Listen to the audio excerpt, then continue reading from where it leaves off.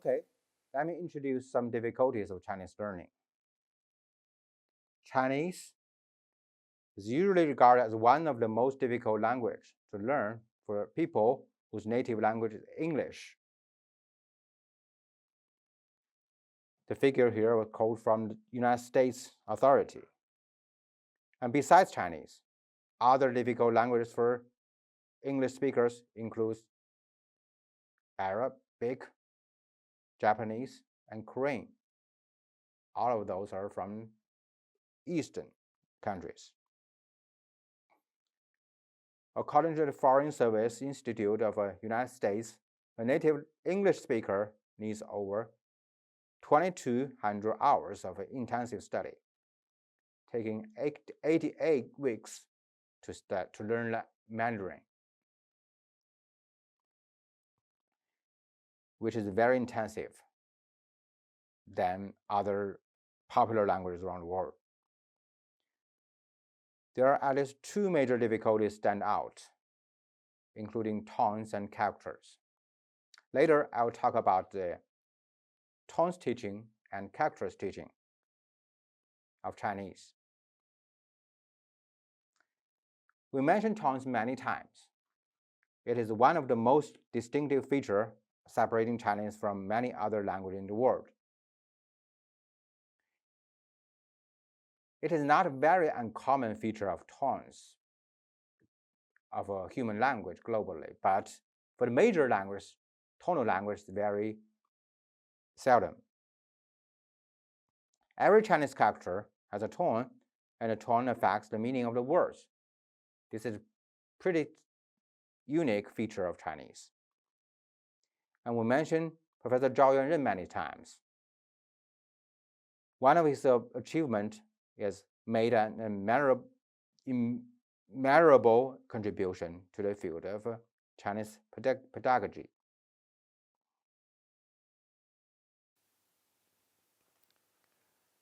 One of the achievements is the creation of the pitch scale for IPA by Professor Zhao Yuanren. Professor Zhao developed a method to measure the four tones in Mandarin Chinese in a pitch scale of five levels, using the number 1 through 5 to indicate the pitch of human language. This is the contribution to IPA by Professor Zhao. And Chinese language, as I mentioned, is a tonal language. Tonal language often appears in many regions. For example, Chinese and other regions in mainland Southeast Asia, and also includes the Niger-Congo family languages of Sub-Saharan Africa, and besides include North, South, and Central America. Most of them are very small languages, but Chinese is an exception.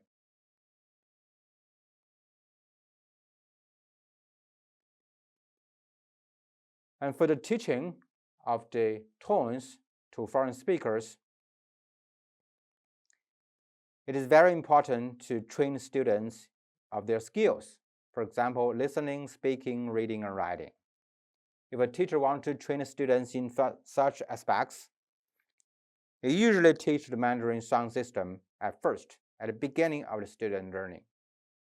The sound system here refers to include the initials, finals, and tones. And the length of time span and method of instruction includes, but not limited to, the following 3 categories. First, to use the first weeks extensively to teach the sound system. And second, to use first 4 weeks, adding more exercise to teach sound system.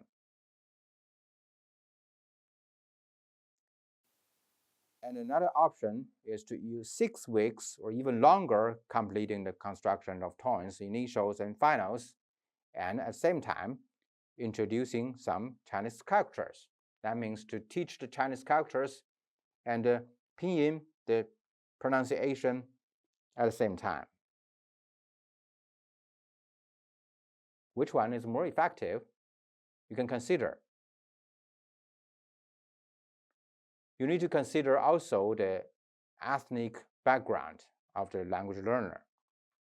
For example, for the students from, or for the language learners from Japan, I think it's not very essential, not very important for them to be familiar with Chinese characters because they use Chinese characters already. So the last method might not be more effective for Japanese speakers. Let's talk about the tools to teach tones to the speakers from other language. Very useful and common tools include audiolingua method, means to present tones or initials and finals and minimal pairs, or triplets, or minimal quadruplets, and then ask students to listen to tape recordings and practice instructed tones, initials, and finals. These are very effective methods to be familiar with the Chinese pronunciation syllable system, including the tones. For example, you can teach the ma, ma, ma, ma, or ji, qi, xi, or zi, ci, those similar sounds together. In recent years, more computer courseware are used to enhance students' acquisition of the sound system in Chinese. Okay, another example of the difficulty of teaching Chinese is the character teaching. We all know there are many Chinese characters of the writing system. Chinese characters graphy and other intralexical aspects largely increase the information load to grasp for other language speakers. As Chinese language speakers, we do not commonly sense that because we grasp the information in the early years, primarily in primary school, but as for mature language learner, it is much more difficult for them to grasp so many characters. For example, the chart of common characters of modern Chinese, 现代汉语常用字表 lists 2,500 common characters and 1,000 less than common characters, while the chart of generally utilized character for modern Chinese, 现代汉语通用字表 lists even more, altogether around 7,000 characters. It is too much difficult for other language speakers to grasp such characters. And what about a whole number of Chinese characters? Even more. Here's a chart showing the major dictionaries composed during the history in China. And we can notice that the later the dictionary, the more characters contains.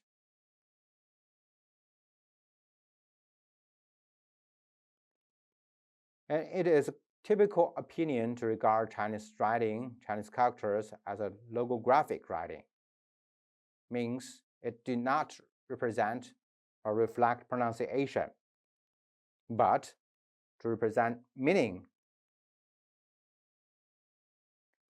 And Chinese characters are considered the most difficult component in the acquisition of Chinese language by students whose native language has an alphabetic writing system, which is much more popular around the world than Chinese writing system. So can we say the difficulty of learning Chinese is primarily because of the lack of association between characters and sounds? It makes sense to some extent, because in a typical Western alphabetic of letters, each letter represents a sound or two, which is easier to send out the word and then write it. But as for Chinese characters, the majority of characters have two parts, phonetic and semantic. They refers to the different elements, different components. Phonetic stands for the pronunciation inaccurately in most cases. Semantic refers to the element representing the meaning, while neither of which is categorized and learned in the alphabetic way. So it is difficult for students to decode this unsystematic Chinese writing system.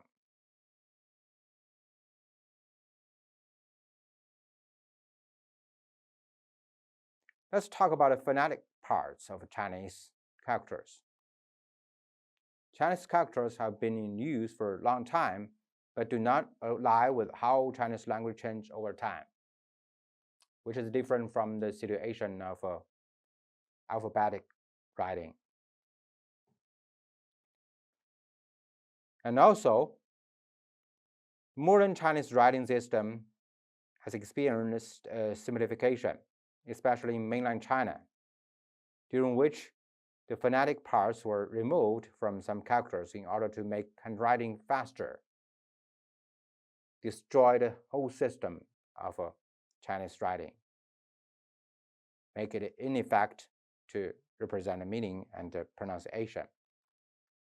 And also, there are characters that have different readings depending on words, multiple reading words, characters.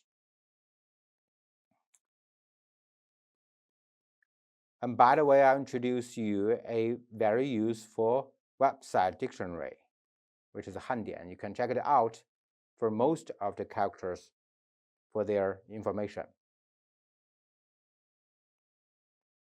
Here it is, the ways to learn Chinese characters. They can be used by the teachers to teach Chinese characters to foreign learner. Includes stroke and stroke order. It is very important to understand and grasp of the stroke because this is the basic element of Chinese characters writing. And in order to understand the pronunciation and meaning of a Chinese character, you can use the method of storytelling to tell a story to explain a character. And you can also use the guessing based on semantic and phonetic components. You learn semantic and phonetic components at first, and then they guess the meaning of the characters according to acquired information. And it's very useful for use compounding and sentencing to make words using Chinese characters and make sentence using words. And also, recognizing and using synonym and antonym is very useful to compare related characters. Word puzzle and word games are also useful. If you want to communicate with people from Hong Kong, Taiwan, or overseas Chinese regions, you can also use the method of converting traditional to simplified characters and vice versa, because people from there use different writing system from mainland China.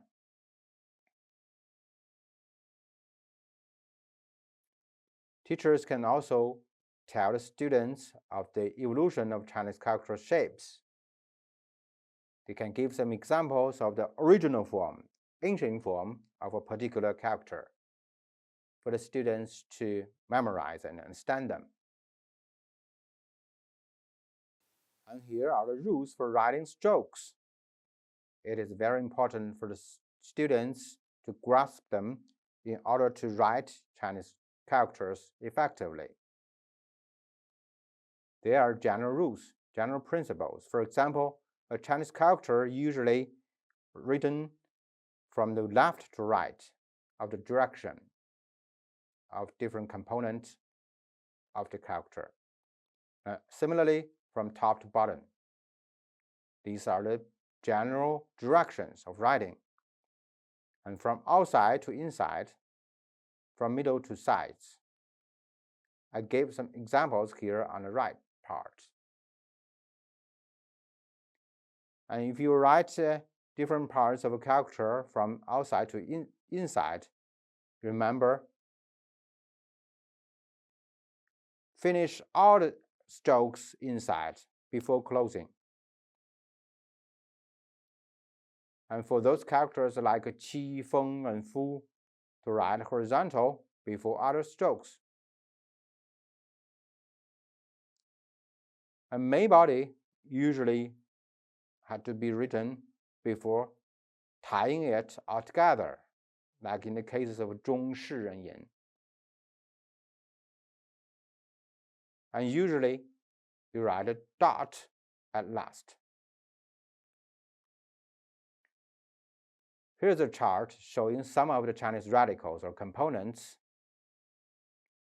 of their pinyin, their meaning, and their examples using in different characters. It is very important for the learners to understand and grasp them first in order to remember more characters. Here lists the most commonly used parts among 1,000 frequently used characters.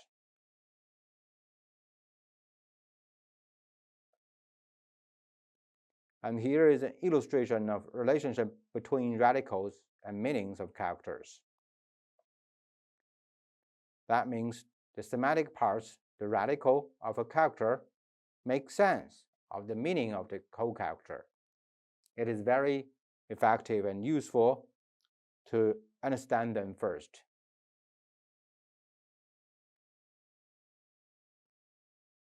And here is the composition of radical and phonetic to making the semantic-phonetic character. For example, all the characters listed here, 请, 清, 情, 情, 清, 清, 情, 庆, sound similar except for the tones. So you can memorize them easily of their pronunciation, making use of their common phonetic element, 清. And the other parts, the radical, indicate their meaning differentiation. Okay, here's the main part of this chapter. Thank you for your attention.